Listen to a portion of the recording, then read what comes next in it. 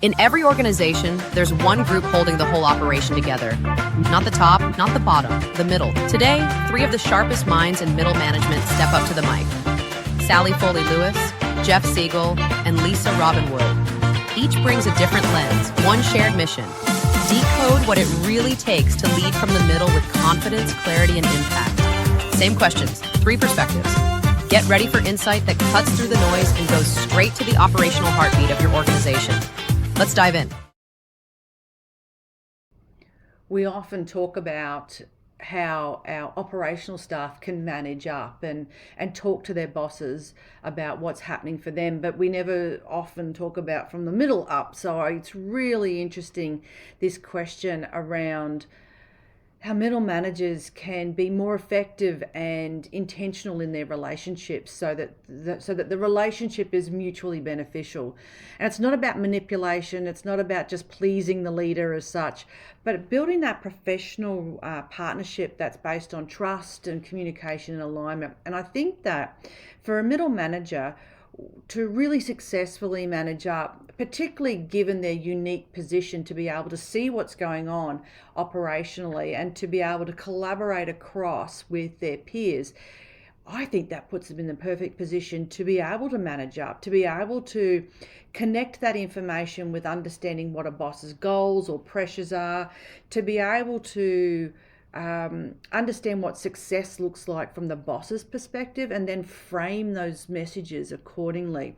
I do think also for middle managers to manage up really successfully, it's about communicating with clarity and confidence, understanding the boss's style of communication. Are they a details person or are they a big picture person? And matching your messaging to that, because it's about being listener focused. We get told to be reader focused when we write, but we're never told to be listener focused or other person focused when we're communicating. So I think that's critical because we're trying to avoid an overwhelm or a frustration for the boss. Anticipating needs and offering solutions is always a good one. And we hear often, don't bring me problems, just bring me solutions. I don't actually agree with that, because sometimes when we're being given the solution, have we actually identified the problem really clearly? So I think when we go to our boss with a problem, we go with ideas, we go with how we've identified what the problem is, because we don't want to pick inadvertently the wrong expensive solution, but rather clarity around understanding what the problem is and the ideas going forward. Anything that moves you towards building that trust with your boss, I think, is mission critical, and managing expectations. So being able to be honest and reliable is fundamental as a middle manager managing up. And I think that's what that means from a mid-level leader perspective when it comes to managing up. There's so many great points that Sally just made in her overview of what managing up is about when you're a middle manager. So I wanted to focus on a couple things. One is I love this idea of thinking about managing up as creating a professional partnership. So many times people think of managing up meaning like giving my boss feedback, which they feel very uncomfortable doing. But really managing up is not about giving your boss feedback. It's really about to use Sally's term, creating that professional partnership. And the way to create that professional partnership, first and foremost, is to ensure that you have created credibility with your boss. Does your boss believe that you know what you're doing, that you will come to them with questions when you need to, and appropriately, that you will get your work done on time, that you will get your work done well, that you are not going to panic or be a flight risk or cause new problems that they weren't even thinking about.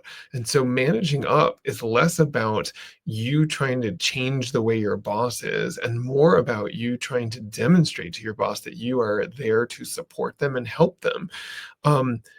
And so I think, maybe the number one thing that you can do in order to build that partnership is to get in the habit of understanding and seeing things from your boss's perspective. How do you basically sort of take their point of view, not just of you and what you're doing, and sort of saying, hey, uh, you know, hey boss, I'm here to help you, but also to understand like they have their own boss, they have their own pressures, they have their own challenges that they have to get through. And you can be there to help them if you understand what those challenges are. So many times you hear about people talking about their micromanaging boss. The thing with micromanaging bosses is that they generally are micromanaging because they're insecure. And so if you roll your eyes, get frustrated with their, meddling in your work and whatever, you actually create a new problem for them. But if you sort of understand, well, they're just feeling insecure, then you start to say, oh, how can I help my boss achieve their goals? And then I think the other piece is, if you go beyond just understanding their perspective, is think about it from the perspective of how can you turn the relationship, that partnership, into a learning experience for you. Your boss has so much information that you can learn from, both in terms of functional expertise, leadership expertise, and even if you're learning what not to do, you're always learning something from your boss. So I think if you can turn the relationship from I'm just doing what my boss tells me, into this, I'm here to figure out and learn from my boss and get the most that I can from this relationship as I support my boss. I think that's really what can make managing up very powerful. Managing up, I used to hate this when I was in middle management roles. I really hated the notion that I was not eligible, if you like, to be managed. That actually, not only did I have to manage myself effectively, manage my people and my teams, I apparently also had to manage my managers as well, because that wasn't something that they were capable of doing. But I mean, all jokes aside, I talk about this a lot because we can bitch about it. But the fact is that if we want something for ourselves, we have to go get it. We cannot expect other people to do it for us. And I think managing up sits in that category. I think you have to acknowledge that your manager is a human. They have blind spots. They will miss things that actually they can't possibly always know accurately what you're thinking, how you're feeling, and what you need. So actually managing up is a critical skill, a critical relationship skill, to really support you in your career and to ensure that you are being supported to be your best self at all times. Because when you're at your best self, you are delivering your best. So it is essential. It is so essential. You might be frustrated that you have to do it, but it's necessary. Because if you're not going to go out and get what you want, ask for what you want, you can't possibly expect anyone else to. So, I think it becomes such a critical part of being in the middle because of that nature of where you are in the organisation. You are in between. You have management responsibilities for those below you. You have, therefore, a strong influence on how they perform, which in turn supports you to perform. Also within that middle space are your peers. And I think it's important to recognise how you manage those relationships to support you and to ensure that actually you're not only getting what you need to be at your best, but you're supporting how the organisation operates and delivers. And then you have such a strong, important influence on senior management and executives. So actually those people are your stakeholders, and it's about how you manage those to deliver your performance, but also get what you want. So by the pure nature of being in the middle, you're going to be managing in all directions. That is such important set of relationships to have and to hold. So I think managing up is crucial.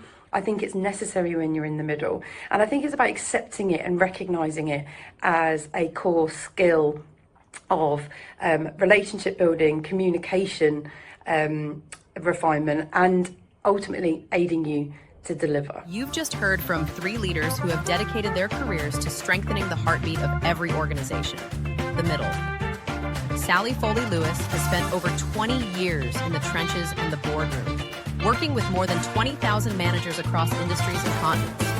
She's a global award-winning speaker, author, and educator who equips managers to be confident, capable, and courageous, and delivers the tools that lift performance fast.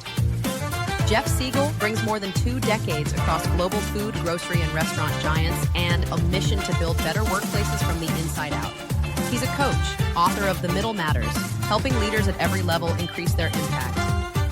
From Cape Town, Lisa Robyn Wood is the middle manager coach. Her own leap into senior middle management sparked the confidence crisis that transformed her life and career. Today, she helps managers rebuild their confidence, sharpen their self-awareness, and thrive through GRIP Coaching's practical, high-impact development programs.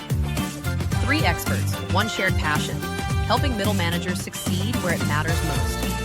Stay connected, keep developing, and keep leading from the middle.